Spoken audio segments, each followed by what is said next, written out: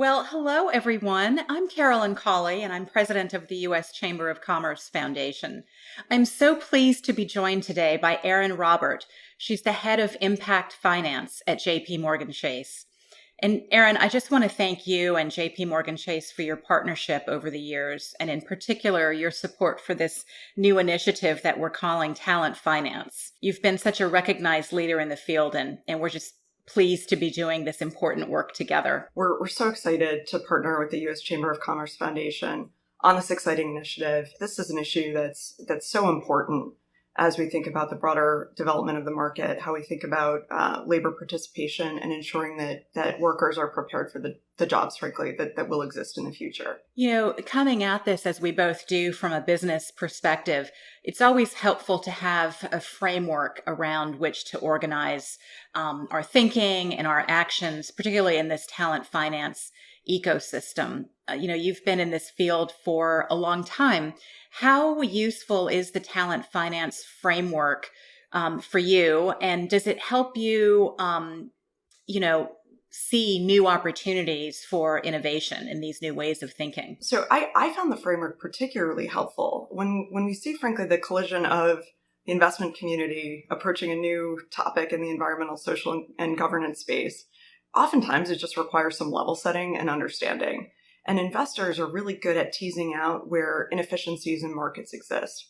And I thought the framework did a great job of identifying where some of these inflection points are and where some of the gaps in coverage might exist.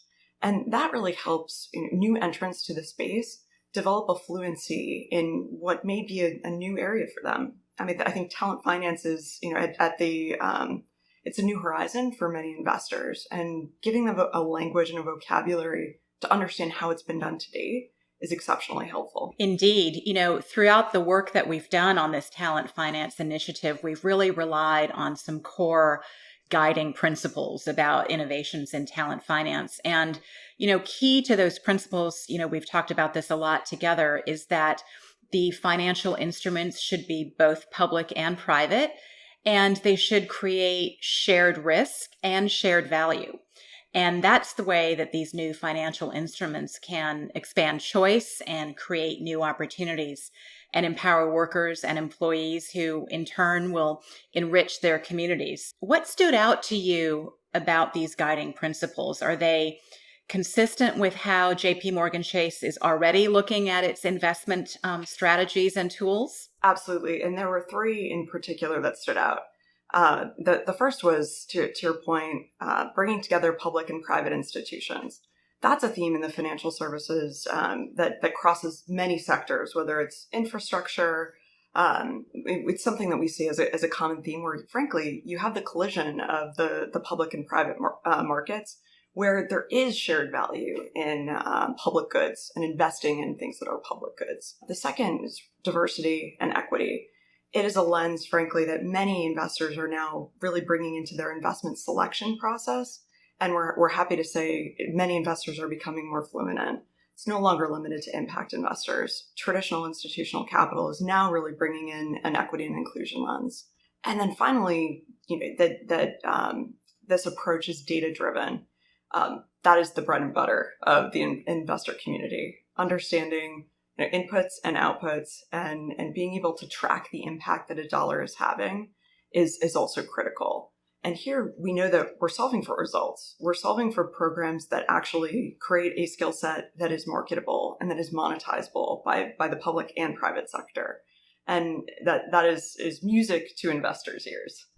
At the Chamber Foundation and in our Talent Finance Initiative, we've really emphasized that employers have a tremendous stake when it comes to investing in workforce development before they become workers. And estimates range anywhere from $200 billion to $400 billion annually, including $60 billion in tuition reimbursement. And we think, like many people, there's just got to be a better way, and there can be new tools that come from the financial services sector. In particular, I'm so intrigued by income share agreements or ISAs and investing in portable lifelong learning accounts.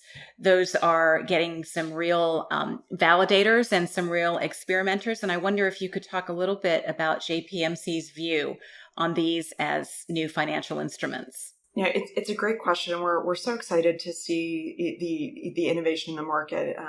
Really, as we think through what are alternative mechanisms where employers can frankly start to participate in these.